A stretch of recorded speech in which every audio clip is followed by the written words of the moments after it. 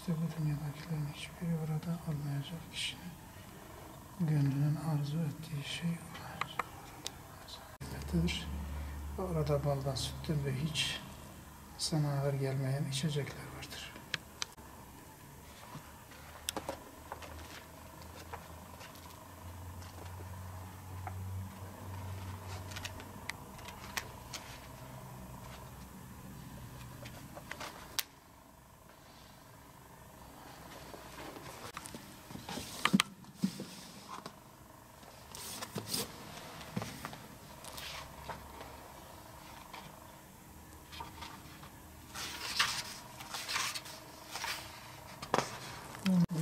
Allah istemeyin, ben belki geç çıkarız. Niye?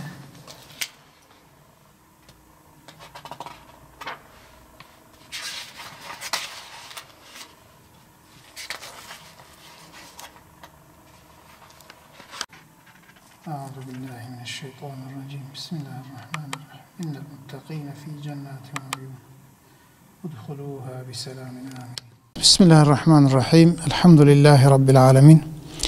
Ve salatu ve selamu ala seyyidina Muhammedin ve ala alihi ve sahbihi ecmain. Evet, bela ve musibet şüphesiz ki Allah Celle Celaluhu tarafından kulları üzerine gönderilen bazı imtihan vesileleridir. Yani Allah Celle Celaluhu insanı yaratırken elbette imtihan için yaratmıştır bu dünyada. Bazı görevler vermiştir ve bu görevleri yerine getirip getirmediğine dair onu bazen imtihan ediyor ve aynı zamanda bu kulu ne kadar sabreder, ne kadar kendisine döner, ne kadar Allah'a kul olur, bunları bazen böyle bela ve musibetlerle de bu şekilde sınıyor ve imtihan ediyor. Dolayısıyla bela ve musibetler Allah Celle Celaluhu'nun kulları için gönderdiği bazı vesilelerdir. Kullar tabi bunları eğer iyice değerlendirirse bunlar onun derecelerine vesile olur. Yani yüksek mertebelere nail olmasına vesile olur. Günahlarının affına vesile olabilir. Bazen musibetler ceza olarak gelir. Tabi insandan insana göre de değişebilir. Yani mümin olmayan, Müslüman olmayan kimseler için elbette ki belalar, musibetler gerçekten beladır, musibettir ve onu cezalandırıyor. Onu bir nevi dünyada da aynı şekilde ahirette olacağı gibi dünyada da onu biraz azap ediyor. Onu böyle rahatsız ediyor. Hatta bazen insanın tabii ki canına da malına da bu mal olabiliyor. Mesela Allah Celle Celaluhu daha önce de birçok kavmin başına bela ve musibetler getirip onları helak etmiştir. Mesela Lut kavmi kendi bela hadlerini aştıkları zaman özellikle erkeklere musallat oldukları için, şehvetlerini o şekilde tatmin ettikleri için Allah Celle Celaluhu onların başına taş yağdırmıştır.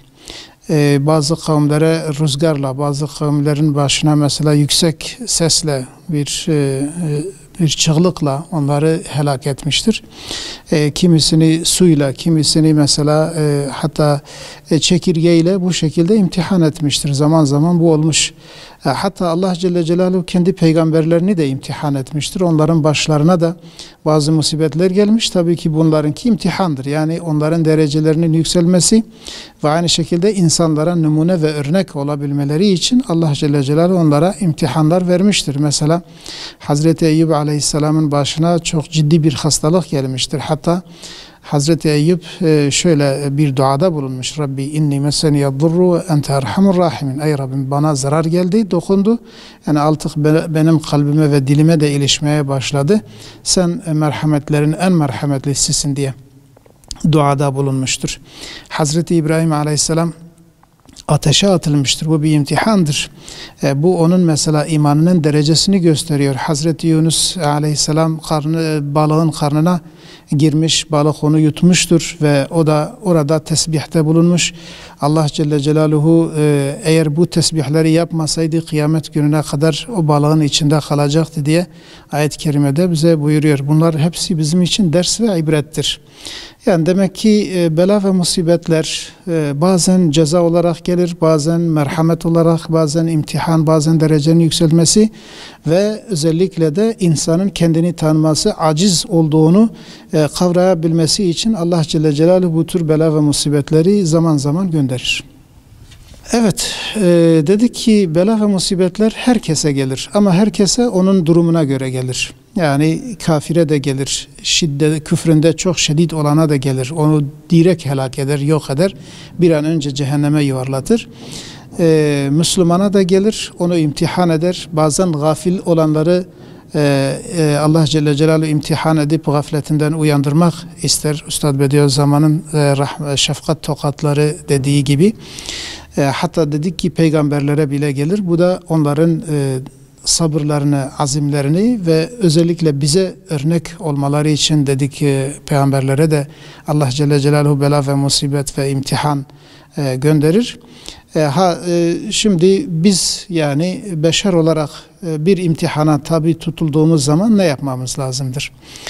Zaten biraz örnek verdik. Hazreti Eyyub'un dua ettiğini, Hazreti Yunus'un dua ettiğini, Resulullah Aleyhisselatü Vesselam'ın Hasbiyallahu la ilahe illahu aleyhi tevekkeltu ve huve rabbul arşil azim diye bu şekilde Allah'a dayandığını ve özellikle şunu da bilmemiz gerekir. Yani hep böyle eziyet verici şekilde belalar gelmez, musibetler gelmez. Bazen de yani genişlikle, bollukla, refahla da insan imtihan olur. Asıl imtihan odur.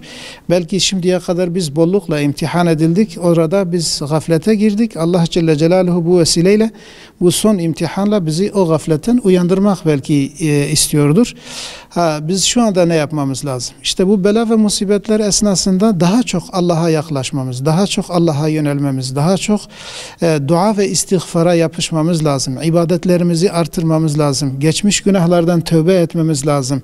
Çok istiğfar etmemiz lazım ki Resulullah Aleyhisselatü Vesselam ben günde 70 defadan daha fazla, bir rivayette ben günde 100 defa istiğfar ederim. Siz de istiğfarda bulunun diye tavsiye etmiştir. Elbette ki hatalarımız çok, günahlarımız çok, yanlışlıklarımız çoktur yani, kusurlarımız çoktur.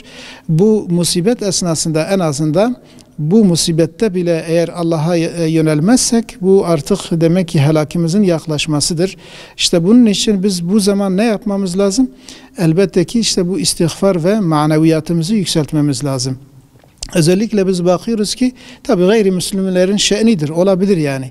Müslüman olmayanlar belki çalgılarla, şiirlerle, düğünlerle, halaylarla kendilerini avutabilirler, morallerini yükseltmeye çalışabilirler.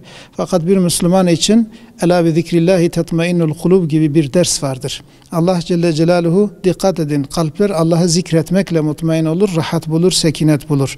Yani eğer insanlar Allah'ı zikrederse, Allah Allah derse, estağfirullah derse, subhanallah derse ve Allah'ın zikirlerini yaparsa bunlar hem kendisi için sadaka olur hem de bu musibetin hafiflemesine vesile olur. Hem kalbi mutmain, ferah bulur ve inşallah bir an evvel de eğer o tövbe ve istiğfar ve dualarla ve ibadetlerle Allah Celle Celaluhu belki bu musibeti hafifletir ve bir an evvel o bu musibeti kaldırır. Allah Celle Celaluhu bütün Müslümanların yardımcısı olsun ve bir an evvel bu musibeti, bu virüsü, bu vebayı bütün İslam aleminin üzerinden ve hasreten memleketimizden bir an evvel def etsin, kaldırsın inşallah.